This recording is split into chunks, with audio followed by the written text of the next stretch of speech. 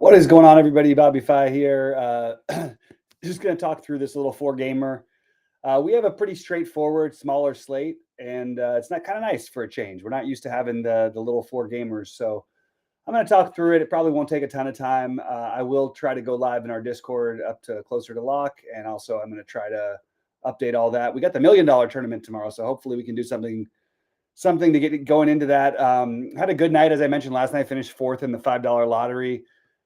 It's really frustrating when three guys ahead of you have the same thing and they're a quarter of a point. And I had all the guys left on the court in the last game, and I couldn't get that extra quarter of a point to get me the win.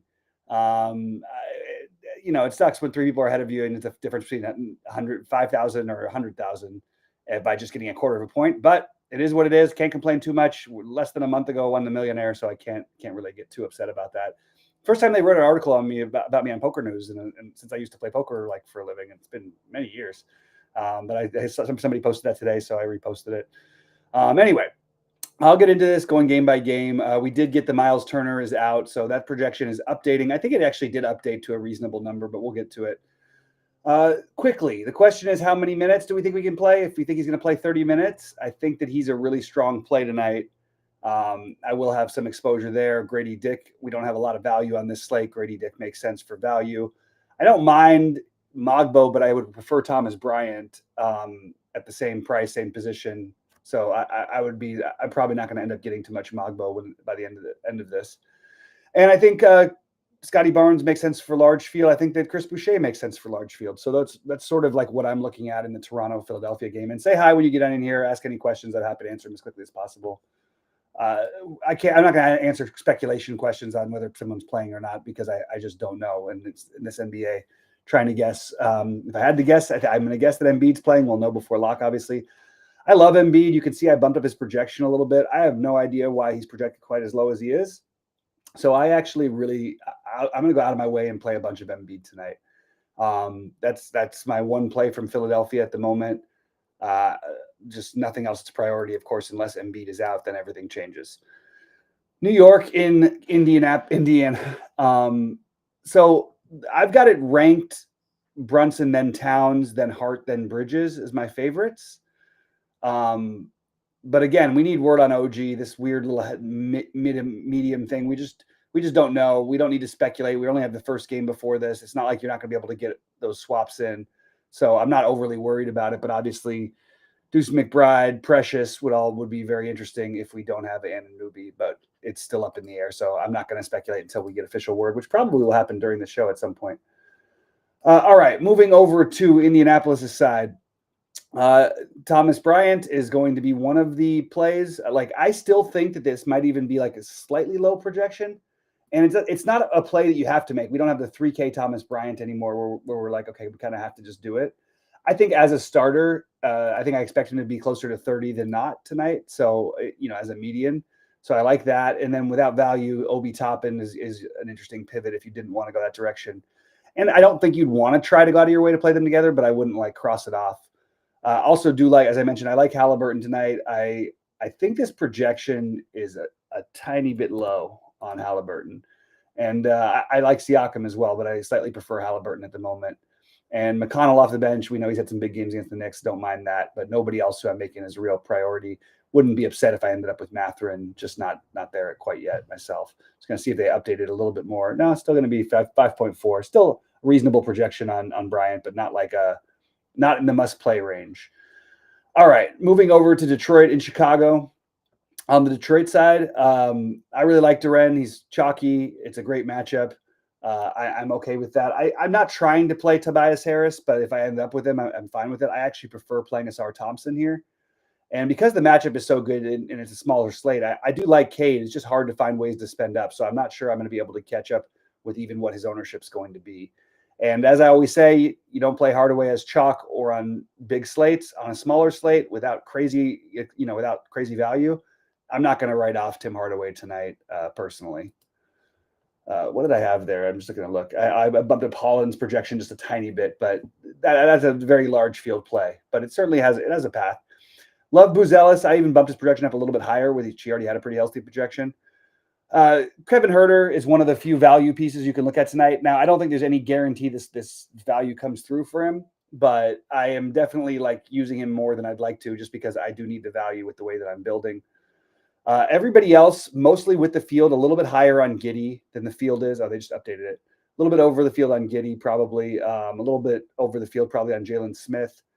A little over the field, well, actually probably with the field on Patrick Williams. But you can see this is a good pace game. Fast. Both teams don't play great defense. I think it's a good spot to try to attack this game. The later games are definitely a little more interesting to me than the first game is, for sure.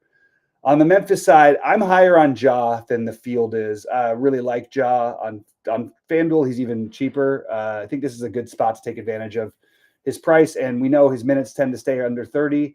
But right now we've got him at 31. There's always upside for 34 plus in a close game. So I think there's definitely some room for Ja. I really like him tonight.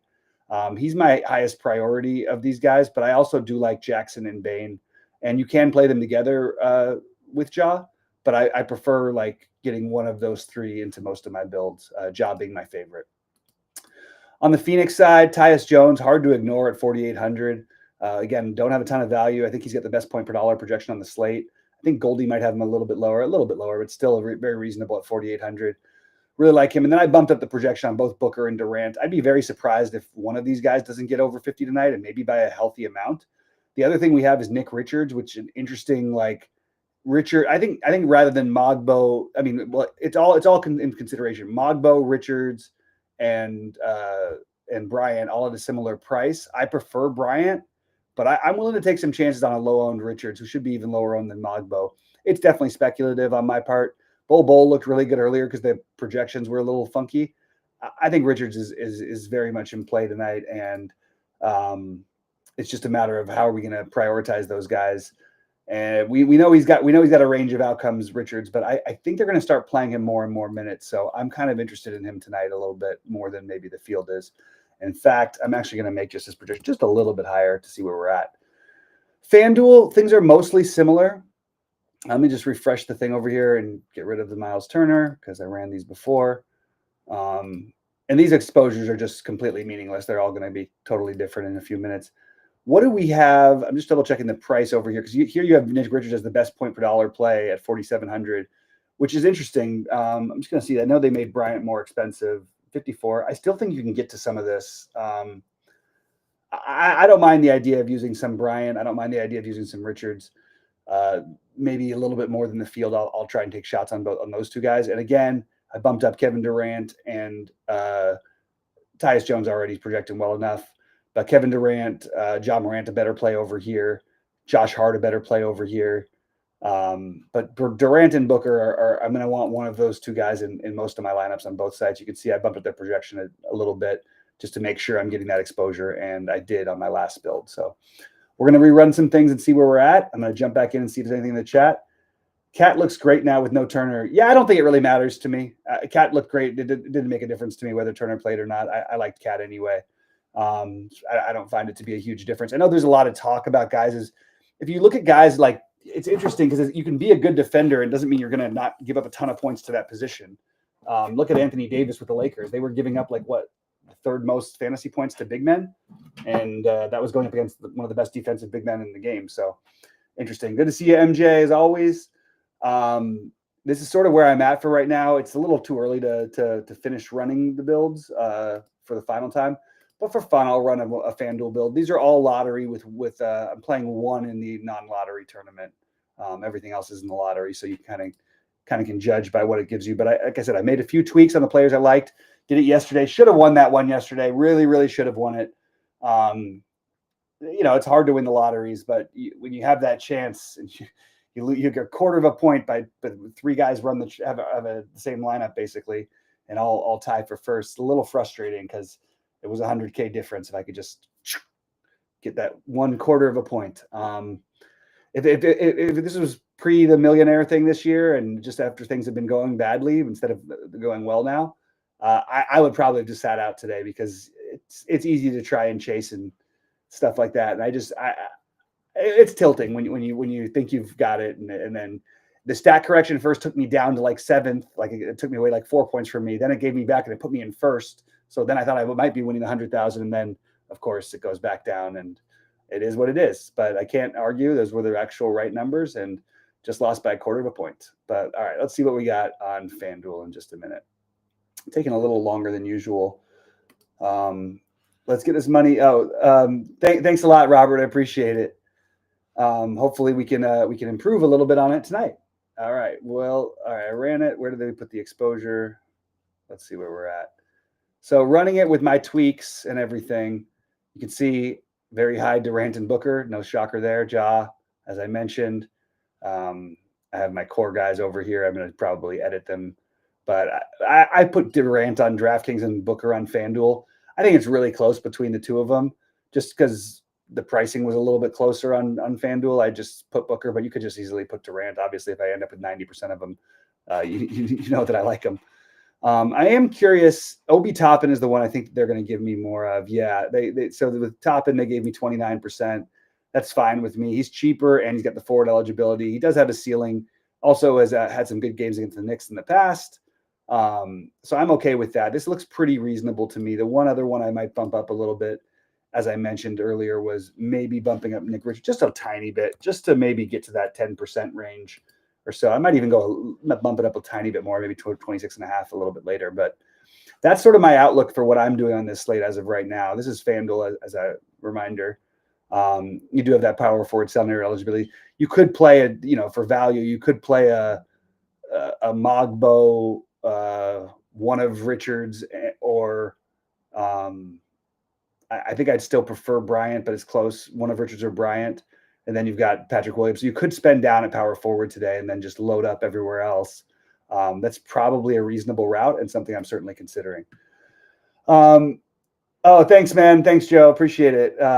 Yeah, that score. It's always tough when those are the worst ones, when there's the three guys with the same score and you're a quarter of a point behind and there's just nothing you can do. And it's a $95,000 difference. It's pretty wild. Just for fun, but Kevin Durant sits 26 points away from becoming the 8th player. Okay, a little extra narrative for Durant there, MJ. I like that. No Beal against the fastest paced team in the league. I think that I would have played him anyway, but hey, it certainly makes me feel even better about this 89% that I'm currently getting of him.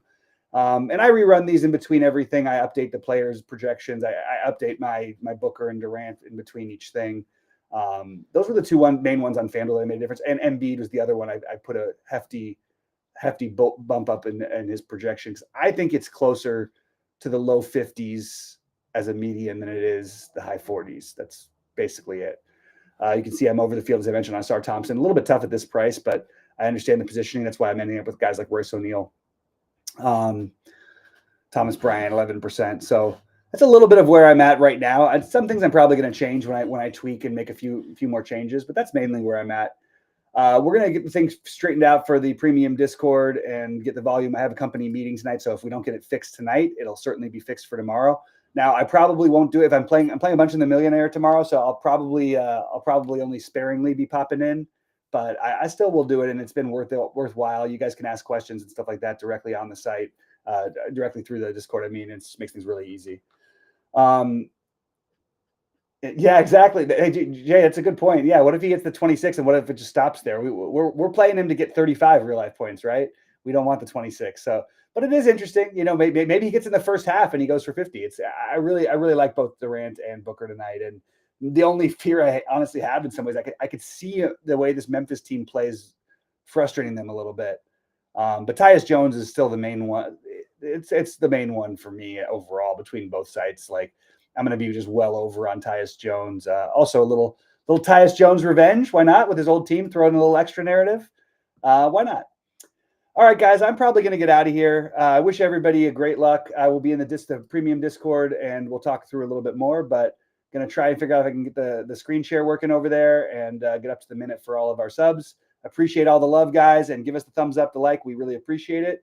And yeah, let's get after it tonight. Any questions? But I'll be in the premium Discord to answer.